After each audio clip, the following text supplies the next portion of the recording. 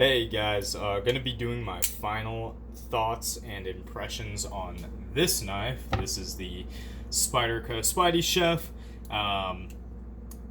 Very cool knife for me at this point in my collecting career. I don't think that's the right word, but I'm gonna stick with it. I'm really just looking to narrow down the collection to a couple of knives and then,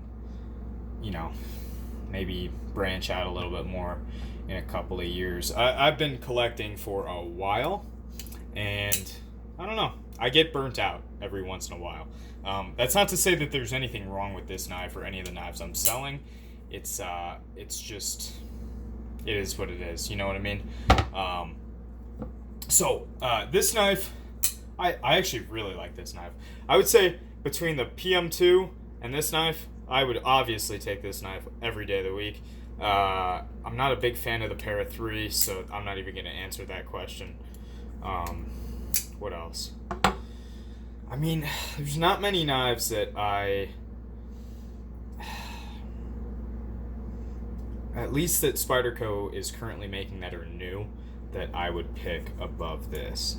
Maybe the Drunken. I haven't carried it or even handled it, but I would say that's the only one that has a fighting chance up against this knife. So by far my favorite new Spyderco, and by new I mean not 5+ years old. The military, like obviously new versions of the military come out. That's not a new design though. And an updated design also isn't a new design. But yeah, by far one of my favorite designs. Reason why: you can almost utilize 100% of the cutting edge, depending on the grip that you use, which a lot of knives, people, like, I think about this all the time, just because when I'm doing rope cut tests, like, you can only utilize so much of an edge. Obviously right here, you can see my finger shining through. So this knife, you can only utilize like 50% of the cutting edge on a cutting board. It's not to say that you can't still make contact with, material that you want to cut on a cutting board, but with this knife, I used right here to cut this paper. So,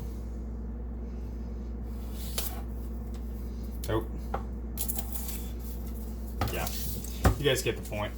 So I really do like that. I think that's a cool design. I am also a big fan of the big sweep. Now, one thing that Spyderco doesn't do too often is they don't do flippers. Now, this knife reminds me a lot of this in terms of just that sweep.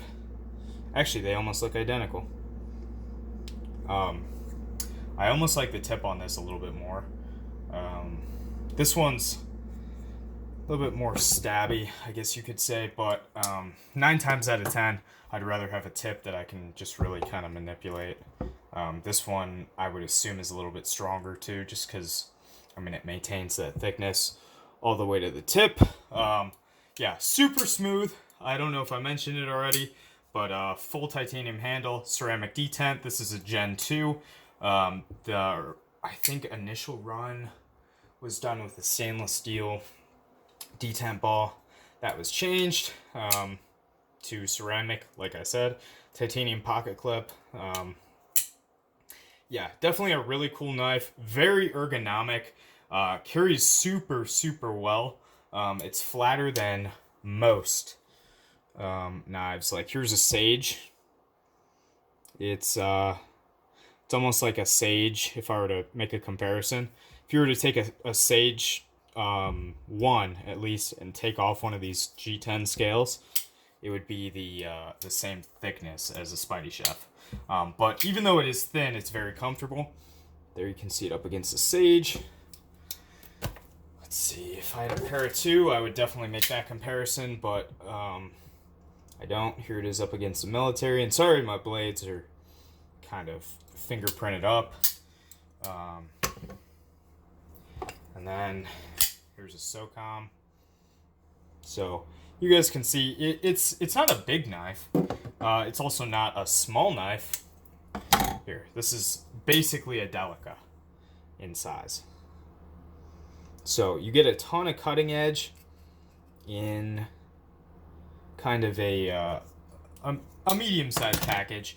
If anything, I would say it's about the same size overall, and in terms of blade length, as like a ZT-0350, which I sold mine. Let's see if we can focus. There we go. Yeah, so really, there's not too much to dislike about this knife. I think it's more than adequately strong, very smooth, very well made. I do prefer knives that are made in the US. I know it's fucking petty. It doesn't make sense. It's just, it's a preference. It's my preference. Yeah. But all in all, I have to say it's a very well made knife. For whatever reason, the frame lock feels a little odd to me. You can overextend it. I'm not going to do it too much. But you can see that it's pretty easy to overextend, whereas, you know, something like this, obviously it's got that lock insert, so you can't even overextend it. But I have to say, Steve spine whacked this, I spine whacked this, no problems, never failed, no blade play, nothing. So it is rock solid. I like this little cutout in the handle. I feel like it doesn't subtract from ergonomics. All it does is it just allows you a little bit better access to that titanium liner or frame. Yeah, so all in all, I definitely recommend this. I think they're sitting about $200, maybe a little bit more, $215 possibly. Yeah, great knife. It's just not getting carried enough for me. The SOCOM, the military, this guy, believe it or not, gets a lot of pocket time. I got my sights on a Strider, one that I've been looking to get for a while. So yeah, I mean, in terms of competing in its price range, I'd say it's pretty top of the line. It's definitely one of those knives. I took it out of the box when Steve first sent it to me, and I wasn't super impressed at first, and then I used it, and then I was like, oh, I understand now. It's a knife that's meant to be used. So yeah, and this is tough stuff. I mean, I didn't have any rolling, any chipping, anything when doing the rope cut test that I did with it. H1 is tough as well. Sometimes you'll get some weird things that happen to this steel H1 I'm talking about. But I didn't find any of those to be the case with LC200N. It's not going to be S90V. It's not going to be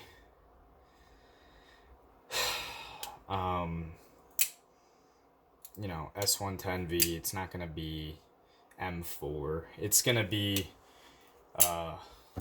like a really well done, what's a good comparison? People shit on me every time I make a comparison. It's like a little bit below S30V, I would say. Maybe even, I don't know. It's a notch above VG10, but it's, for all intents and purposes, entirely stainless. So, I don't know. Don't fucking shit on me for making a comparison. It's a rough comparison.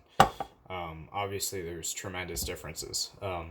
But that's pretty much all I have to say about this knife. Amazing user. If you're just a collector, I don't know if this is really gonna get your fucking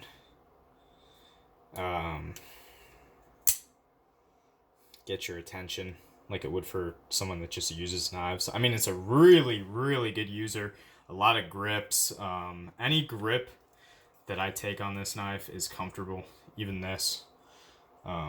So it's a well thought out design, which I feel like recently we've been lacking well thought out designs.